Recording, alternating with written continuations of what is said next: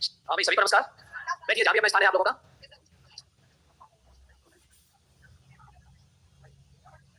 लो, क्या चल रहा था वैसे? डाइट के विभाग।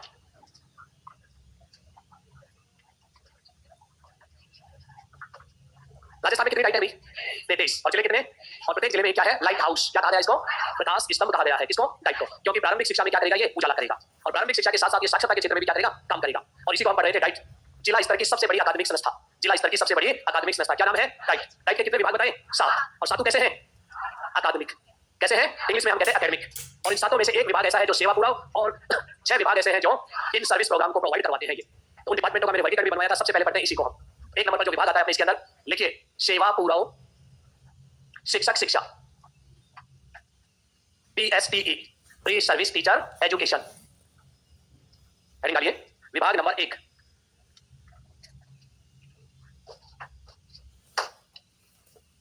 विभाग नंबर 1, सेवा पूर्व शिक्षक शिक्षा। अब देखिए, पहले समझ लेते हैं इसमें। इस विभाग द्वारा देखिए ये डिप्लोमा कराया जाता है, DLED। कितने साल का होता है? 2 ईयर वाला डिप्लोमा। देखिए यहाँ जो बच्चे आते हैं DLED का प्रशिक्षण लेने वाले छात्र अध्यापक, उनको प्रशिक्षण देने का काम करता है। और DLED वाला जो डिप्लोमा है ये सेवा पूरा होता है, सेवाकालीन नहीं है। लिख लो, इसमें एक लाइन लिखिए, 2 वर्षीय DLED, 2 वर्षीय DLED कार्यक्रम का आयोजन करना, कार्यक्रम का आयोजन करना, कार्यक्रम का आयोजन करना। अर्थात DLED करने वाले छात्र अध्यापकों को, DLED करने वाले छात्र अध्यापकों को प्रशिक्षण देना, छात्र अध्यापकों को प्रशिक्षण देना। उसके बाद देखिए दूसरा विभाग, कार्यानुभव विभाग। मैंने लिखा था WE, वर्क एक्सपीरियंस डिपार्टमेंट।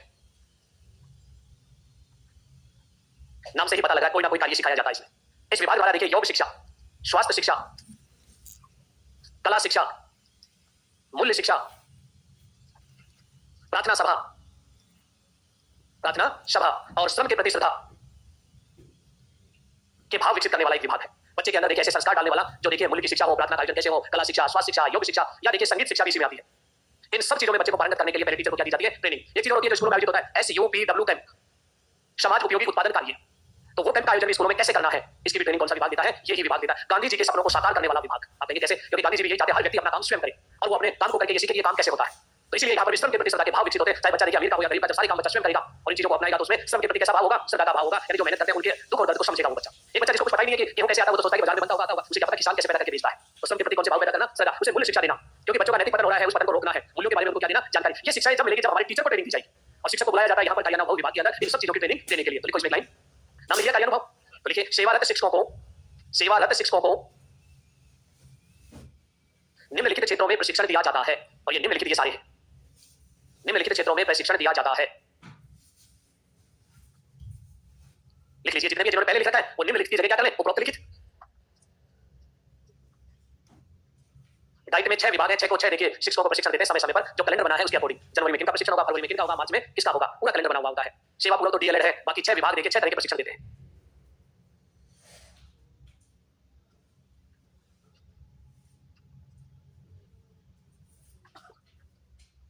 दूसरा विभाग कौन सा है कार्यानुभव के बाद?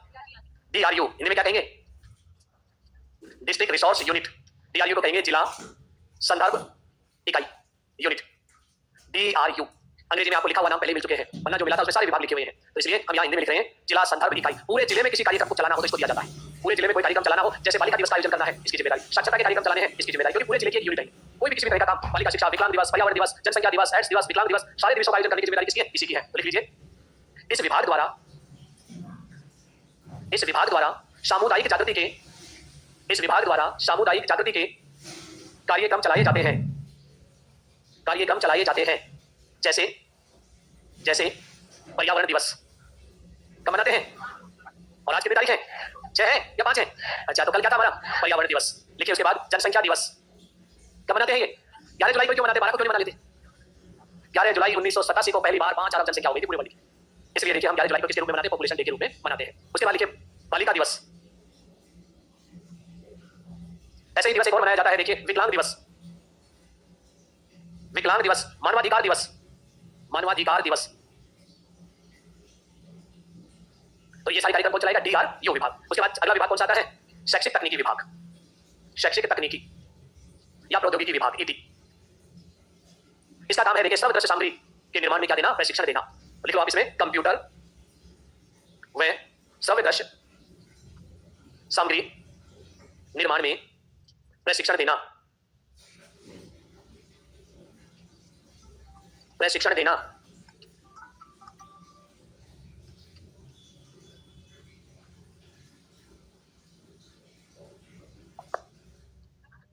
हाँ जी, मानवाधिकार दिवस कब मनाया जाता है? अभी दिसंबर में है, कितने दिसंबर को?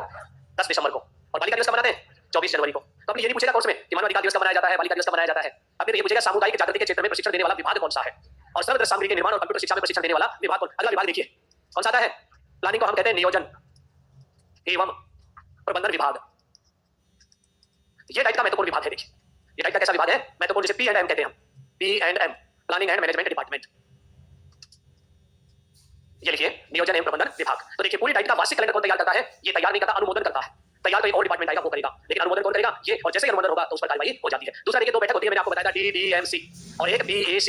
इनकी जो बैठकें होती हैं उन बैठकों का आयोजन भी कौन करता है? यही विभाग करता है। तो लिखो, अनुमोदन का मतलब देखिए काम इनको दिया, कैलेंडर बना लो, ये कैलेंडर बना लाए। अब जो मेन कमेटी उनके सामने कैलेंडर ला के रखेंगे, वो चेक करेंगे सही है या गलत। अगर वो सही है तो वो अनुमोदित हो गया, यानी परमिशन दे दी कि इसको लागू, क्या उसमें कुछ कमियां हैं तो उनको सुधार करवा। ये होता है। लिखिए, दायित्व का सबसे महत्वपूर्ण विभाग, दायित्व का सबसे महत्वपूर्ण विभाग, सबसे महत्वपूर्ण विभाग।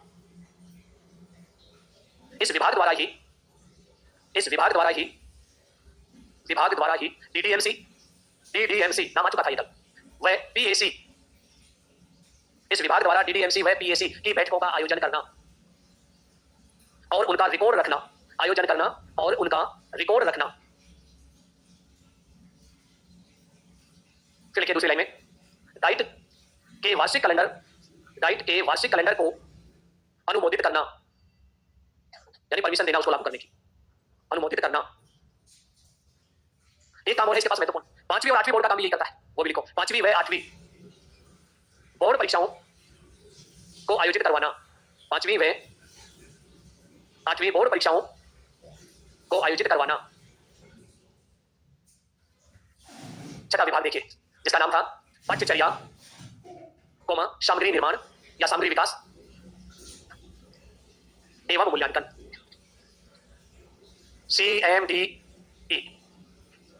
C का मतलब करिकुलम और MD का मतलब मटेरियल डेवलपमेंट और E का मतलब इवोल्यूशन। तो देखिए इसके अंदर एक तो हमारी पाठ्यचर्या SCF या NCF जो भी है हमारी स्कूलों में चल रही है, और उसी पाठ्यचर्या पर आधारित हमारी क्या होती है? टेक्स्ट बुक होती है। क्या होती है उस पर आधारित? Text book. यानी किताबों के अंदर देखिए जब कभी पाठ्यचर्या में बदलाव होता है तो नए चैप्टर जो जोड़े जाते हैं उनको पढ़ाने के लिए ट्रेनिंग दी जाती है। जैसे 5वीं में पहली बार जोड़ा था वैदिक गणित, राजस्थान के 5वीं तक के जो टीचर उनका बताती नहीं, हमें सुनाई नहीं क्या है वैदिक गणित, और हम तो नहीं पढ़ा सकते। तो टाइप का दायित्व है इस विभाग का, उन टीचरों को बुलाए और बुला कर उनको क्या दे? वैदिक गणित पढ़ाने की ट्रेनिंग दे। तो पाठ्यचर्या को सरलीकृत रूप से कैसे पढ़ाए बच्चे, नव शिक्षक बच्चों तक कैसे पहुंचाए, इसलिए उन टीचर्स को क्या दिया जाता है? ट्रेनिंग। दूसरा देखिए, उस विषय वस्तु को पढ़ाने के लिए TLM कैसे बनाई, उसकी ट्रेनिंग भी देता है। और उसके बाद देखिए मूल्यांकन कैसे करें, अर्धवार्षिक परीक्षा कैसे हो, वार्षिक कैसे हो, टेस्ट कैसे हो, या कोई नई विधा आ जाए जैसे CC, क्या जाए? CC, continuous and comprehensive evolution. अब इसमें मूल्यांकन कैसे करना शिक्षक को थोड़ी पता है, तो उस शिक्षक को क्या दी जाएगी? पहले ट्रेनिंग दी जाएगी इसको, किसकी? CC की, और उसके आधार पर क्या करेंगे? मूल्यांकन करेंगे। तो कहने का मतलब यह है पाठ्यचर्या, सामग्री विकास और मूल्यांकन के क्षेत्र में शिक्षकों को क्या देना? प्रशिक्षण देना। लिख लो आप, इस विभाग द्वारा, इस विभाग द्वारा पाठ्यचर्या, इस विभाग द्वारा पाठ्यचर्या, शिक्षण सामग्री निर्माण, शिक्षण सामग्री निर्माण, शिक्षण टीचिंग, शिक्षण सामग्री निर्माण व मूल्यांकन की विधियों, व मूल्यांकन की विधियों का समय समय पर प्रशिक्षण देना, समय समय पर प्रशिक्षण देना। जैसे CCE का प्रशिक्षण, जैसे CCE का प्रशिक्षण। लास्ट विभाग वेरी वेरी इंपॉर्टेंट, पूरा नाम पूछा जा सकता है एग्जाम की दृष्टि से, याद ही करना पड़ेगा आपको, क्योंकि ऐसी सीक्वेंस उसमें नहीं, कई चीजों को एक साथ जोड़कर बना रखा है, कई चीजों को क्या कर रखा है? एक साथ, जैसे IFIC, कई चीजों को देखिए 4 चीजें जोड़ रखी है इसमें। और क्या है? सबसे पहले आता है I का इन सर्विस प्रोग्राम, हिंदी में क्या कहेंगे? सेवारत कार्यक्रम, सेवारत कार्यक्रम, इन सर्विस प्रोग्राम। इसका मतलब ये हो गया जो सेवारत कार्यक्रम चलाता है ये तो, और सेवारत कार्यक्रम का मतलब क्या है? शिक्षकों को ट्रेनिंग देना जो सेवा में है। फिर देखिए आगे दे रहा है फील्ड इंटरेक्टिव, क्षेत्रीय अंतःक्रिया, क्षेत्रीय अंतःक्रिया का मतलब जो समुदाय देखिए स्कूलों से जुड़े हुए हैं उनसे बातचीत करना, जैसे अभिभावक, इंटरेक्शन नहीं बोल रहा हूं, अंतःक्रिया, field interaction, sorry field interaction. और ये क्या है? क्षेत्रीय अंतःक्रिया, यानी लोगों से जाकर उनसे फीडबैक लेना स्कूलों के बारे में, पाठ्यचर्या के बारे में, समुदाय को जोड़ना, PTM की बैठकें बुलाना, ये सारा काम, या PTM की कई बैठक हो रही है तो उसमें भाग लेना। आगे देखिए उसके बाद अगला शब्द कौन सा है? I, इनोवेशन, नवाचार। अगला है नए नए नवाचार।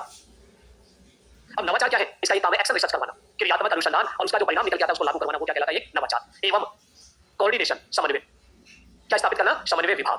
अब आप देख लीजिए इसको, विभाग कैसे आप याद करेंगे, याद जरूर करना है, बहुत ही महत्वपूर्ण विभागों में से विभाग है और एग्जाम की दृष्टि से भी इंपॉर्टेंट है। लिख लीजिए, इंग्लिश में तो क्या है? IFIC, और हिंदी में है सेवारत कार्यक्रम, क्षेत्रीय अंतःक्रिया, नवाचार एवं समन्वय विभाग।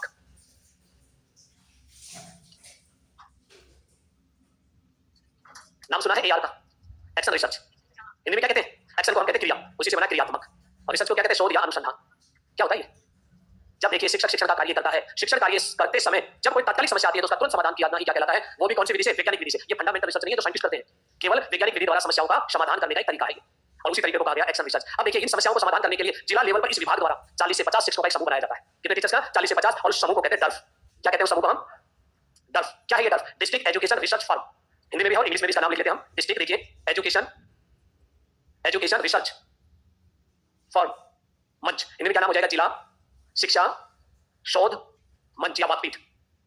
ये जो 40 से 50 टीचर है उनका एक समूह है, उस समूह को कहा जाता है dwarf, district education research firm. अब इसमें कौन सी ग्रेड के? कोई भी ग्रेड के हो सकते हैं, third grade, second grade, first grade के 40-50 टीचर और उनकी समस्याएं। ये सारे मिलकर देखिए क्या करते हैं? रिसर्च करते हैं अपनी समस्या। या तो एक टीचर को एक समस्या दी जाती है या दो के बीच में एक समस्या दी जाती है ताकि दोनों मिलकर उस पर क्या करें? रिसर्च करें। उनको सिखाया जाता है रिसर्च करना। तो ये डर्फ का काम भी किसका है? इसी विभाग का। जिस पेपर में पूछा जाए क्रियात्मक अनुसंधान निम्नलिखित में से कौन सा विभाग करवाता है, तो कौन सा विभाग करवाता है? IFIC। यही तो नवाचार है देखिए इसके अंदर, ये तो नवाचार है। रिसर्च करवाना अपने आप में क्या है? नवाचार। तो लिखो आप इसको। इस विभाग द्वारा क्रियात्मक अनुसंधान कराया जाता है। इस विभाग द्वारा क्रियात्मक अनुसंधान कराया जाता है। क्रियात्मक अनुसंधान कराया जाता है। और क्रियात्मक अनुसंधान के समूह को क्या कहते हैं? डर्फ। वो भी लिख लो देखिए, इसका पूरा नाम हिंदी और अंग्रेजी में। डर्फ का पूरा नाम डिस्ट्रिक्ट एजुकेशन रिसर्च फर्म।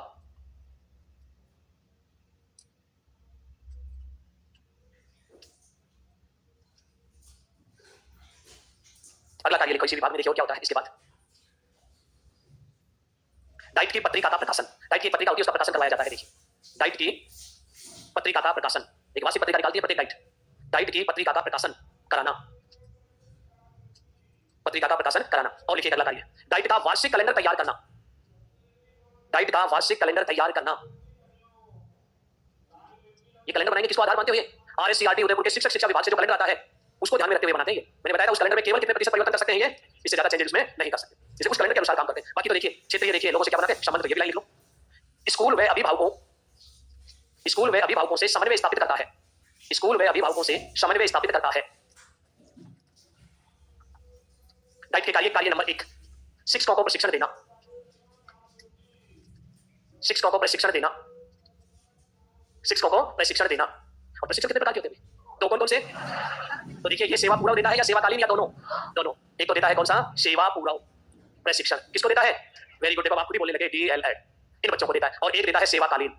सेवाकालीन कौन सी ग्रेड के शिक्षक को देता है? सेवाकालीन प्रशिक्षण कौन सी ग्रेड वालों को देगा? तो याद रखना, देखिए एक तो तृतीय श्रेणी अध्यापकों, और तृतीय श्रेणी में आते हैं L1 और L2, तृतीय श्रेणी अध्यापकों।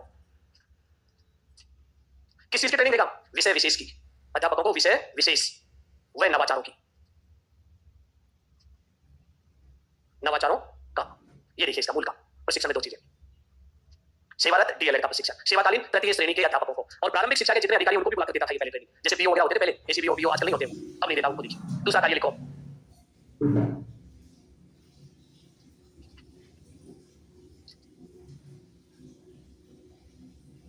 उतारिए प्रशिक्षण देना। कार्य नंबर 2, शैक्षिक क्रियात्मक अनुसंधान कराना। शैक्षिक क्रियात्मक अनुसंधान कराना।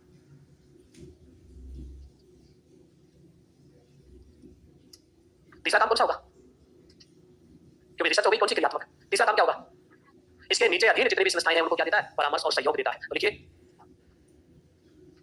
अकादमिक क्षेत्र में सहयोग व परामर्श देना। अकादमिक क्षेत्र में सहयोग व परामर्श देना, केवल अकेडमिक। और चौथा कार्य लिखिए इसके अंदर, शिक्षण अधिगम सामग्री बनाना। सब में यही सिखाया जाता है सारे विभागों में। नंबर 4, शिक्षण अधिगम सामग्री तैयार करना। और इस तरह से हमारी डाइट खत्म। बाकी कार्य तो आएंगे विभाग में, छोटे-छोटे जॉब लिखते हैं। प्रमुख रूप से बड़े कार्य कितने हैं? 4 कार्य हमने लिखे हैं। पहला प्रशिक्षण देना, दूसरा रिसर्च कराना, तीसरा अकादमिक क्षेत्र में सहयोग, और चौथा TLM तैयार करवाना, शिक्षण अधिगम सामग्री तैयार करवाना।